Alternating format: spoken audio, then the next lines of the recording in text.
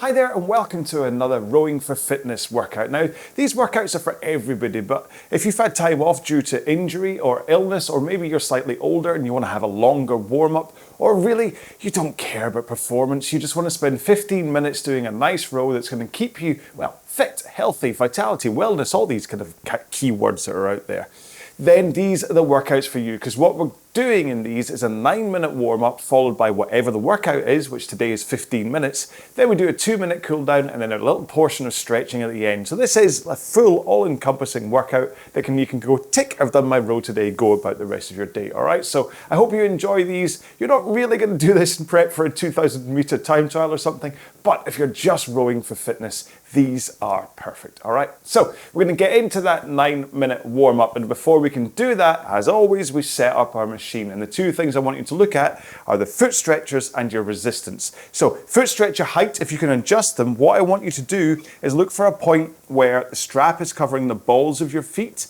rather than your feet being really high up in the foot plates and then covering like the arches or the bridge, wherever this part of your foot is. I should really take an anatomy lesson, because this really constricts your flexibility as you come into the front of the machine. It gets quite uncomfortable to get there. And if you have your feet lower, it's much easier to get into the front of the machine and try and get your shins in a vertical position, which is the ideal position, regardless of why you're rowing, okay? So straps covering the balls of your feet, which is often the bottom lace of your shoe. Are these okay? Yeah, sometimes you have to adjust depending on the shoes you're wearing. I've got these ridiculous bare feet ones on today, so I was just checking that I wasn't too low, but sometimes you can't get too low. Anyway, I'll shut up and move on. Next up, go to the resistance on your machine, and for this warm-up, I want you to put it right down at the bottom, okay? So for the Avaron that I'm using right now, that means that I've got it down at 1. If I was using the Concept 2 in the Avaron app, I'd bring the lever all the way down to the bottom. So for the warm-up, stick it down as low as you can. Main session, if you want to raise it a little bit, please do. But for the warm-up, right down at the bottom. Okay, cool. So we're going to get into the 9-minute warm-up, and we're going to start this without even touching the handle. We're just going to rock up and down the rail for 30 seconds, and then we'll move on through different parts of this warm-up. You'll eventually get rowing. Don't worry about it, all right? So if you're ready, let's get started in 5, 4, 3, 2, 1. Let's go. So simple start to this warm-up, okay? All we're doing is rocking up and down the rail for 30 seconds. Try to slide forwards and see how far your body's allowing you to get there. Make sure and have a kind of decent posture with your back here. Don't be kind of like slumped and rolled. You are kind of prepping yourself for exercise today, so let's kind of go with the best kind of endeavors. But just rocking up and down. Don't worry about speed and stuff. You're just moving, getting those knees pumping. And then for the next 30 seconds, what I want you to do is hold on to the seat. And I like this because if you're holding on to the seats, then you can kind of set up as a kind of a nice posture against your hands. I don't want you to be like pushing and straining as though you're trying to take off into the sky, but if you can just use your hands as a way to think about improving your posture a bit, it'll just activate that lower back enough that it'll get in on that action, okay? If it hurts, stop, okay? So in 3 seconds time, what we're gonna do is put our arms out in front of us and continue sliding up and down. So this is it. Just roll into the front, roll to the back. Don't worry if your roll rate is slowed down here, especially at the back when you need to try and slow down the mass. But what you'll find is as you come forwards, naturally your mass of your arms and your body should tilt you forward slightly to round about a 1 o'clock position on the clock face. And that's ideal when you're rowing, okay? 3 more seconds and then we'll start doing some pretend rowing. So, as if you were rowing you're just not holding the handle for 30 seconds. Go into the front, pull at the back, arms straight at the front, pull at the back, and just sliding forwards and backwards. Don't worry again about how fast you're doing this. Don't worry about actually following how fast I'm doing it. Just be comfortable. Slide up and down, get your body moving, get your shoulders kind of rotating as you come into the back. And then in 3 seconds time, we're going to pick up the handle. And now, really, I just want you to continue exactly what you were just doing then. Okay, so this isn't about power or force at all.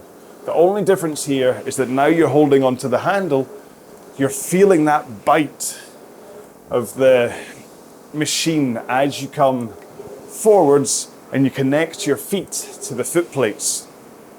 And that's really, when it comes to the power, all I want you to do is just connect your feet. I don't really need you to be pushing. If you're down at like 15 strokes a minute or something here, then that's perfectly fine. As long as you can feel that point when the handle connects. And that's like when you can hear it go whoosh.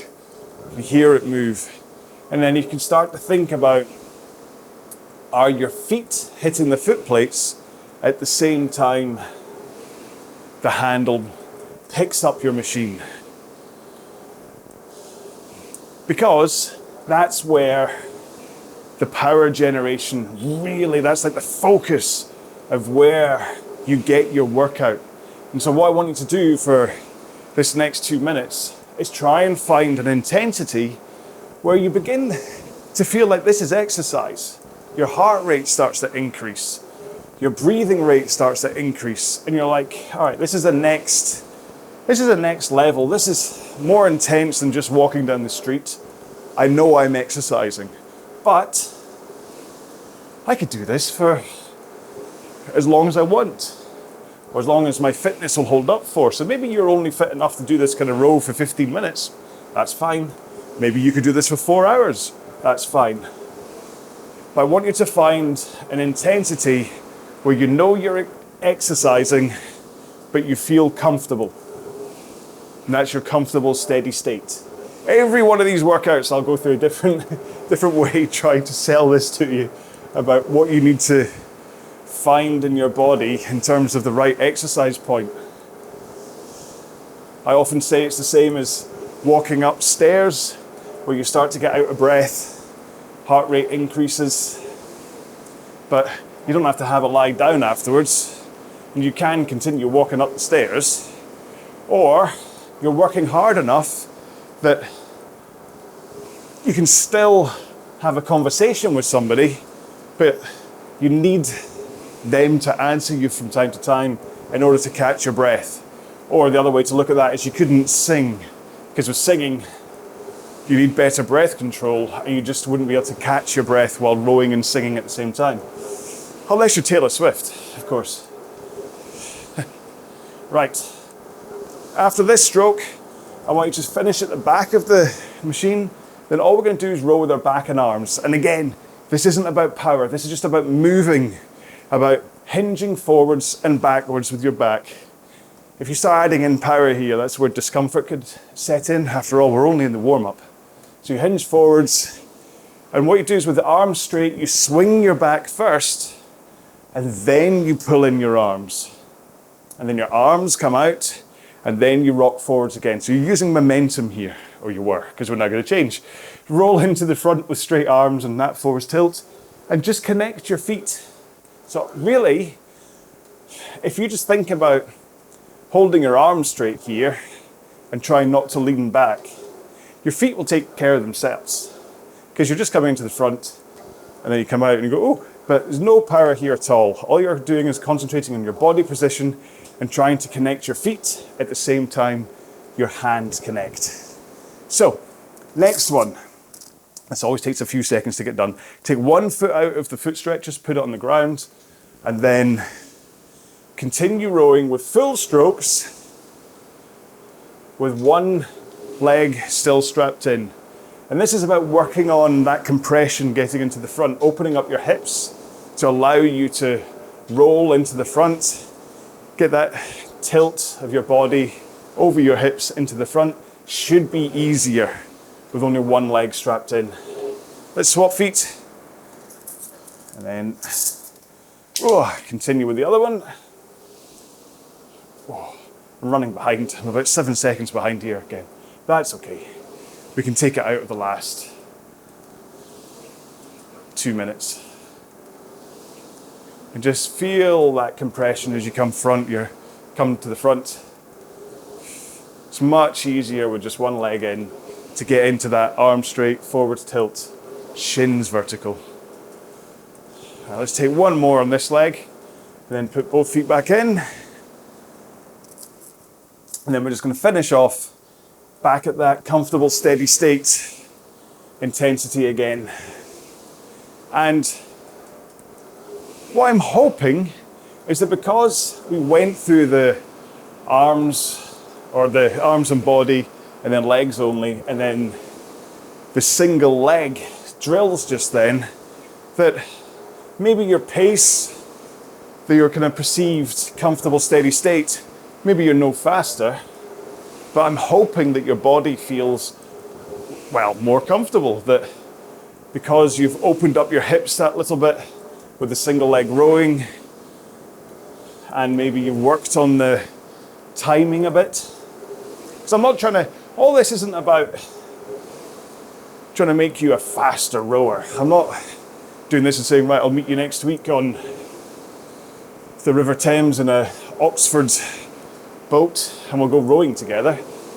If I can get you rowing comfortably in kind of the right positions, then you're much less likely to feel discomfort when you're rowing, and you'll get a much better workout if you can row and make sure that you are pushing with your feet at the start of the stroke, that your power comes from your legs, and then if you hold those arms straight and the forwards tilt, that then lets your upper body and your arms get in on the game too. Okay, one more stroke here, and that's us done with the warm-up. So, have a quick drink, wiggle your backside a little bit, release the pressure of the sit bones onto your glutes, and I'll describe exactly what it is that we're doing today. Okay then, so today's main session is going to be 15 minutes long. Then we're going to take a 2-minute cool down and do some stretching to finish. Now, like I said before the warm-up, if you want to increase the resistance on your machine, please do. I've just bumped my Avaron up to 3. It's still nice and low because I want this to be a good low intensity, kind of Maffetone zone 2 workout, because I'm doing this at 7 o'clock in the morning, and this is how I'm spending my morning to wake up ready for the rest of the day. That's how I use these rows. Now the row itself is going to be made up of a mixture between that comfortable steady state, a little bit of power work, a little bit of increase in stroke rate, but again, you're never going to be working too hard here. It's all going to be round about that comfortableness. The only reason that I'm the only reason that I'm kind of putting in these little bursts of something different is just to kind of make it interesting. Otherwise you're going to go, what, 15 minutes of this? This is dull. So, okay, and not even my voice will make that interesting. So we're going to start off at that comfortable steady state, and we're going to go for 20 strokes a minute to do it. Follow me for stroke rate if you've never done this kind of thing before, and we'll get there together. And then I'll just kind of talk you through how we're going to get through this entire workout, and then 15 minutes will be over in a jiffy. Okay, so if you are ready, you've had a quick drink and you're comfortable, we'll get started in 5, 4, 3, 2, 1. Let's go. So 20 strokes a minute at that comfortable steady state. Okay, so your pace, depending on the stroke rate you were doing in the warm-up, your pace may be different. Maybe you were like, oh, 24 strokes a minute, this is comfortable for me. Well, I want you to drop to 20 and then still find that effort where this feels like exercise, okay? It's a journey of discovery. And when it comes to rowing at 20 strokes a minute, if you've never done it before, then there's 2 ways I recommend. One is just look at the counter on your machine, and it's 1 stroke every 3 seconds. And you do it as 1 stroke, 1 second, drive, 2 seconds recovery. And that's how you get your 3 seconds per stroke. Or you can just watch me, and you'll see that's what I'm doing. 1 second drive, 2 seconds recover. Nice and fluid. You'll see there's never a point where I stop. I'm not holding the handle against me in order to kind of artificially slow down. I just drive nice and powerfully, or that's where the force comes in. I don't want to say you're meant to be powering through this. That's slightly what we're doing next. But the drive is where the force goes in, and then you take your time. You give yourself that 2 seconds to get the hands away, rock over your upper body, and slide into the front of the machine. And it's just about rhythm, okay? You're dancing with the machine. Admittedly, it's a bit of an odd dance. Don't think you're going to win any competitions this way. But you want to flow. Nothing is jagged. Nothing is jerking away from me here. Everything just flows. The arms come away. It's like Tai Chi on the rowing machine. I mean, how many examples can I try and come up with here? It's like kneading bread. Well, no, it's not like kneading bread. But yeah, so if you find your flow, that's where rhythm comes from, okay? And where you should be able to just switch off eventually, and you don't need to watch me, and you don't need to look at the counter on the machine. You're just in that flow state while you're rowing.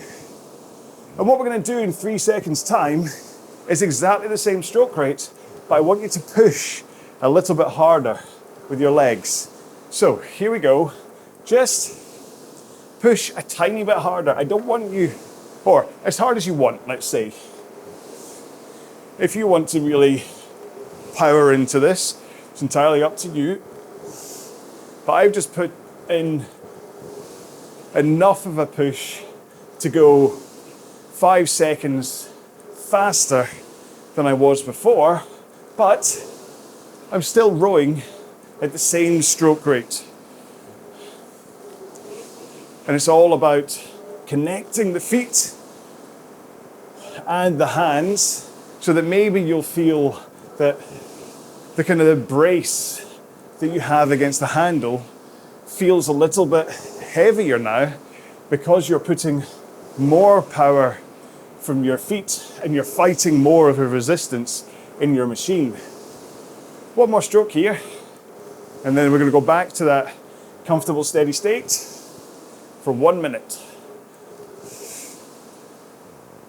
And then what we're going to do after this minute is spend 2 minutes just seeing how you can utilize that push from your legs and a slightly faster recovery in order to increase your stroke rate. And so stroke rate and power are kind of what control your intensity. So you can row faster by adding more power. You can row faster by increasing your stroke rate. But when you do both together, you will obviously go a lot faster, but your intensity will also increase by quite a lot more. So in 2 strokes time, I want you just to push just hard enough to take you up to 22 strokes a minute. So really, it's almost imperceptible. You push a tiny bit harder with your feet and you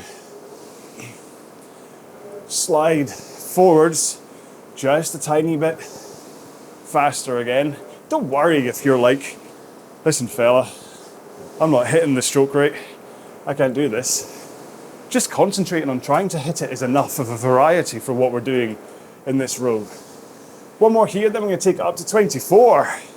So push a little bit harder, recover a little bit quicker, and you'll find, hopefully, if you can get 1 stroke every 2.5 seconds, that you will fall bang on 24 strokes a minute. This may feel a little bit faster now in terms of stroke rate compared to 20. And then in 2 strokes time, we go back down to 22 again. Now this is always interesting, easing off. This is where you're like, where often I can kind of fall into, oh, no man's land, I don't know where I am, as I'm trying to search for the right stroke rate. I find it easy to increase stroke rates, but coming down the other end of pyramids and things, trying to slow down stroke rates, I'm all over the place. One more here, and then we'll go back up to 24 for the last of our little stroke rate journey. And then once this 30 seconds is finished, we'll go back to that power 20 that we did right at the start of this workout. So then we get to recover, don't worry. Just in case you're like, oh, this is a bit of a harder workout. 2 more strokes. And then we return to 20 strokes a minute. Okay, 1 stroke every 3 seconds. But you're looking to be rowing a couple of seconds faster than your comfortable steady state. Now that CSS, comfortable steady state, can kind of vary as the workout continues, and it's up to you whether you want to find a pace and always return to it. So if you started at 2 minutes 15 pace, then you can always return to 2:15, excuse me, or you can just play it by how you're feeling. And if you're, now that we're halfway in, if you're starting to get a little bit worn out, when we do the CSS, which is coming up next, you can ease off to where you feel comfortable again. Last stroke here, and let's get back to that comfortable steady state. So possibly slowing down a few seconds from how you were just rowing, but still at the same stroke rate, still at 20. And then once we get to the other end of this minute, we're going to do that stroke rate change up, the 22-24 that we just did. But we're going to do it 3 times. Ooh. So again, this is about working within your comfort zone. You know how fit you are right now. You know what your body can take, whether it's coming back from injury, illness. Maybe you are a senior rower. Maybe you've just sat down in the rowing machine as a way to get fit. 1 last stroke here. Let's bump up to 22 strokes a minute. Slightly harder push of the legs, slightly faster recovery. But try to still maintain the stroke positions. Arms straight at the front, forwards tilt. Push with the legs first, then swing your back, then pull in your arms. 1 more here, and let's take it up to 24 strokes a minute. So that's 1 stroke every 2.5 seconds. So legs, body, arms, and then on the recovery, arms, body, legs. And that's where your rhythm comes from. Getting your body moving, flowing up and down. 2 more strokes and we'll take it back to 22 again. Okay, so down to 22 strokes a minute. And like I said, don't worry if you're like, this is tough. I remember when I had COVID back in, what was it, 22, I think?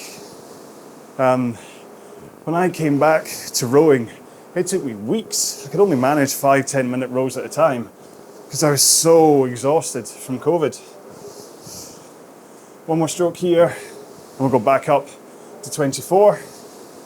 So if you need to ease off because as we get past the 10-minute stage, you are starting to feel tired, then please do. I mean, if you're getting to a point of absolute exhaustion, then you don't have to complete the workout. You can skip on to the cool down and the warm up, or just ease right off. In fact, we're going back down to 22 while we talk about easing. If you are really feeling it here, you can just ease right off. Don't follow anything I'm saying, and just paddle to the finish for the next, 4.5 minutes? Or 3.5? What's my maths like today? 3.5. Yeah. Right, 1 more here. Back up to 24s for just the last time. Yeah. Because, like I said in the intro, this is about rowing for fitness, for wellness, for longevity, for happiness. just using the rowing machine to raise your heart rate, to give you some exercise. This isn't meant to leave you on the floor afterwards. 2 more strokes, and we're going to return to those power 20 strokes a minute. So 20 strokes a minute, pushing a little bit harder than your comfortable steady state. These keep on coming around, surprising me. I usually program these to have an easy rest after doing those stroke rate changes. But in this workout, I wanted to come off the back of the stroke rates with these power minutes, just so you can get a sensation for how stroke rate and power work together. Because there's a good chance that right now, the pace you're rowing at is the same pace you were just doing 24 strokes a minute at. Who knows? Depends how much power you're putting in. 2 more here, and then we're gonna ease back to our comfortable steady state. You ready? So nice, just take it back to that comfort zone. Give your body a chance to settle down. After all, that was that midsection of today's workout. If you're not used to rowing, you're not used to power, you're not used to increasing stroke rates, should have given you a nice little workout. I'm hoping anyway. And then we'll spend the next minute and a half at this pace as we come into the finish in the row, and then we'll do a cool down. So what I don't want you to do, unless you need to, that's the caveat, I don't want you to ease off here. I want you to keep that intensity where you know it's exercise, where you're not just phoning it in. Okay, it still might only be a minute left, but in that minute, you can still, in fact, where's my, all right, so according to my machine, I entered this minute at 160 calories burned in the workout so far. So let's see what, by the end of this minute, what the machine says I've managed to burn just by rowing at this comfortable steady state for 1 minute. It's not always about calories, but it's a good example of how energy matters. If you put the power in and you work, and it feels like you're exercising, the result will be that you will get fitter and healthier from it. 1 more stroke then, and let's see what the calories say. 171, so 10, 11 calories burnt just by continuing at that very low intensity, comfortable steady state until the end. You can tell I'm out of breath. It'll take me 30 seconds or so and I'll get back to complete kind of normality, and that's what I'm looking for, is like a quick recovery, okay, so that you're not putting in too much effort so you can recover. But we're going to move into the cool down. So we're basically going to start off the cool down at the pace you were just rowing at, and then after 30 seconds we'll gradually slow down. So if you're ready, you've had a quick drink and you've kind of wiggled your backside, so you're happy to start, good. Let's get going in 5, 4, 3, 2, 1. Let's go. So, like I say, maintain that pace that you're just in the comfortable steady state at, because your body will have recovered over those 30 seconds as a break that we took in between. And so what you really want to do is just kind of go, oh, let's bump back up to a bit of intensity and then cool down from there. It's the best way to cool down. 1 more here, and then just start to ease off, okay? So, in the same way that we were increasing stroke rate, adding more power in order to go faster and increase the intensity, here, feel free to push less with the legs, slow down the stroke rate if you wish, or what you might have is that your drive phase is a little bit slower,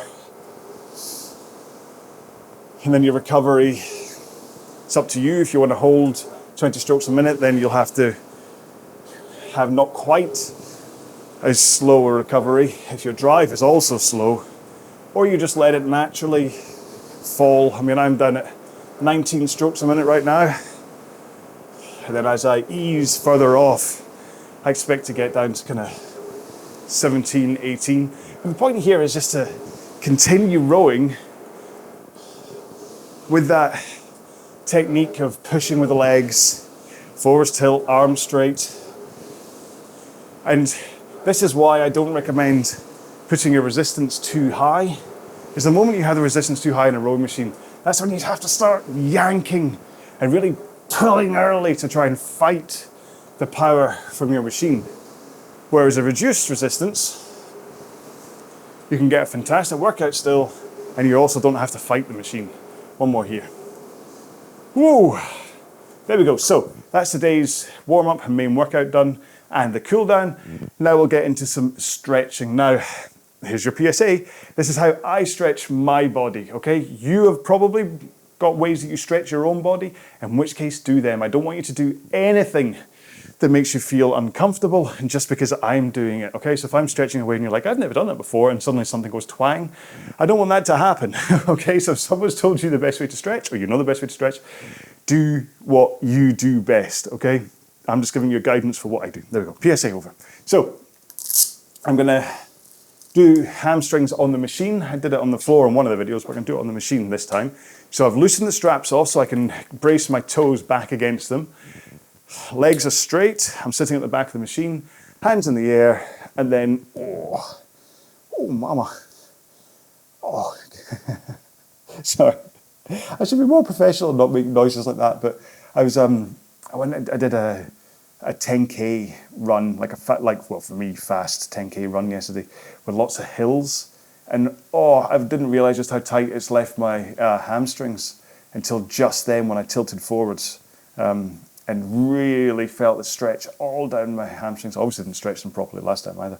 But the point here is that you hinge I should have told you what you're meant to do, but you hinge forwards with your upper body, keeping your legs straight. You don't grab anything and pull yourself forwards, because that's where injury can come in from something like this.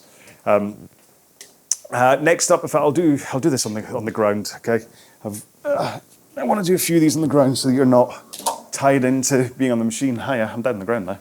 So, but one leg, we're going to do glutes. One leg straight out in front of you. Your foot comes over so that the ankle is in the crook of your knee. I hope that makes sense. Bring that knee across your body so you're pretty much a straight line between your face, your knee, and your foot. Hold it in place with your other arm, and then put one hand behind you and just twist, okay? So this is a good, on its own, it's a very good lower back stretch as well. But if you keep the tension going across with your knee, you should find you get a really good stretch into your glutes here, okay? So this isn't about stretching your back and trying to crack your lower back here. It's really that twist is about focusing down into your glutes and getting that feel of the stretch. There's a difference, a subtle difference. When I do yoga and do try and stretch my back, it's all about putting that elbow round and really moving yourself around. That's not what we're doing. We're doing glutes. So here we go. So this is my foot comes over into the crook of the knee. I've changed legs in case you didn't notice. Foot comes over into the crook of the knee. Hold that knee in place. One hand behind you, and then just twist. I apologize that you're looking at the back of my head. I had to spend 20 seconds trying to flatten my hair this morning, so I think it's time for a haircut. So else suddenly there'll be haircut continuity. You'll suddenly load up another one and I'll have a much shorter hair and you'll be like, hey, what happened there? And that's why. Not going to complain at listen, I'm a few months' time, I turn 50. So, 6 months' time. 6? Yeah. I turn 50. So I'm not going to complain about having hair that's still growing. So, right. Okay. So that's glutes done. And while I'm on the ground, I'm going to, so there's two ways you can stand up to do quads. I'll quickly do, I'll show you that. Here we go. So if you stand up, one hand on the machine monitor to steady yourself, you can flick a foot up behind you, hold it against your backside, okay? So that's one way to stretch your quads. Another way to do it, and this is safer in terms of not falling over, but it's a bit tougher in terms of the stretch itself, is to put one leg out in front of you and do exactly the same thing, but lying on the ground. Then you find a comfortable position. But what you need to do here is still have that straight line from your down through your body, your hips, and into your knee in order to effectively stretch your quad here. So in terms of the amount of force, you need to find a comfortable position. The amount of force that you are trying to put through onto your quad here, this can be a much less comfortable way to stretch than standing up. But hang on, you're less, I do hope I've not rolled off screen there. You're less likely to fall over when you're already lying on the ground. So keeping that foot behind you, I'm up on one. You should really be actually lying completely down on the ground here, but I'm kind of sitting up in case I have gone off the screen. But yeah, so this is a different way to stretch your quads if you don't like standing up with the risk of falling over. But it is at least, yeah, like I say, it's a little bit more. I think it's a sprinter stretch, and I think it's a little bit more forceful across your body. Excuse me, while I stand up, fix the floor. So we're going to do hamstrings next. Sorry, what am I saying? Hip flexors. It began with H. So hip flexors next. So what you do is you can start off like kneeling like this. So both feet are behind you and you've got a 90-degree angle. And then bring one foot forward. So you've now got a 90-degree angle at the front as well. If you want to put your toes on the ground, please do. That's what I tend to do. And then what you're going to do is send your body forwards. You're not curling down. You're not rolling your neck or anything. You're just sending your body forwards. So you'll kind of sink down a bit as you do so, just because of like body mechanics. But you should also feel as though just everything is just pushed forwards. And if you want to go bonus points, take one arm up in the air, and then it leans. The arm goes slightly back again, and that's going to kind of stretch up everything down into that hip flexor and hopefully give you a much better stretch if you need it. Might be that this is enough, but it might be that just gives you like, whoa, there we go, that's what we need. Oh, my hip flexors are definitely easing off from doing this series of videos, which is quite nice. And of course, to do this, your glutes end up going kind of quite nice and loose as well, which is why you stretch your glutes first, so they're not all tight, or at least that's what I think. That's what I think. So let's move to the other leg, 90 degrees in the front, 90 degrees at the back. Send your body forwards like that. There we go. And then one hand up, slight lean backwards, just to really, and then reach for the sky. Make sure, don't just kind of like loosely have your hand up. You want to make sure that you do have a good powerful kind of stretch, powerful stretch. Can you have a powerful stretch? You get what I mean. You're putting in that kind of nice line of force through the stretch. Force sounds bad for a stretch, doesn't it? You can't say force and stretch in the same sentence. That's where things go wrong. That's where things start to hurt if you say force. Right, I'll shut up. Let's move on to forearms. So put the hands in front of you in a like prayer position, push them together, and then bring them down in front of you. And as your thumbs get to like sternum height or wherever basically your forearms are now parallel to the floor, you should start to find you get a nice stretch in your forearms. So depending on how you were just connecting to the handle there, if you were pulling early, then there's a good chance that your forearms would have got a little bit tender, let's say, through the workout. And yeah, so this is going to help stretch off your forearms and your fingers and your wrists as well. So it's a good stretch to do. Just you can sit there and just people think, oh, he's meditating or she's meditating. We have to leave them alone. Yeah, so let's move on to the shoulders next. Hand straight out in front of you, point at me, and then bring it across your body, and that's kind of as far as I can get. So I use my other arm, loop it round, and then I can then bring my arm further round, so now kind of like an angle further back than my shoulders. And then this is now creating a nice stretch in my shoulder. But this is one of these ones where I don't want you to add too much force where it suddenly becomes uncomfortable. You're not trying to kind of like pop your shoulder socket out of place. You just want to add a nice little stretch here. You can turn your head to the opposite side if you want to get a little bit of an extra stretch into your neck as well. But that's one that I did it in a previous video, and then something went, oi, don't do that. And so I went, oh, you don't want to kind of mix up too many stretches and suddenly do something that's uncomfortable. Let's swap arms, go the other way. Yeah, because it's definitely, this side's nice. It was turning the other way that it felt a little bit weird.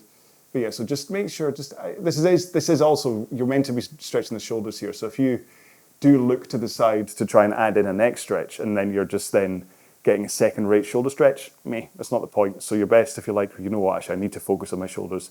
Just keep everything pointing forwards apart from your arm. And yeah, hopefully you'll then get a good stretch across your shoulders. Right, finally then, I'm gonna move back onto the ground and we're gonna do cat-cow. So hopefully,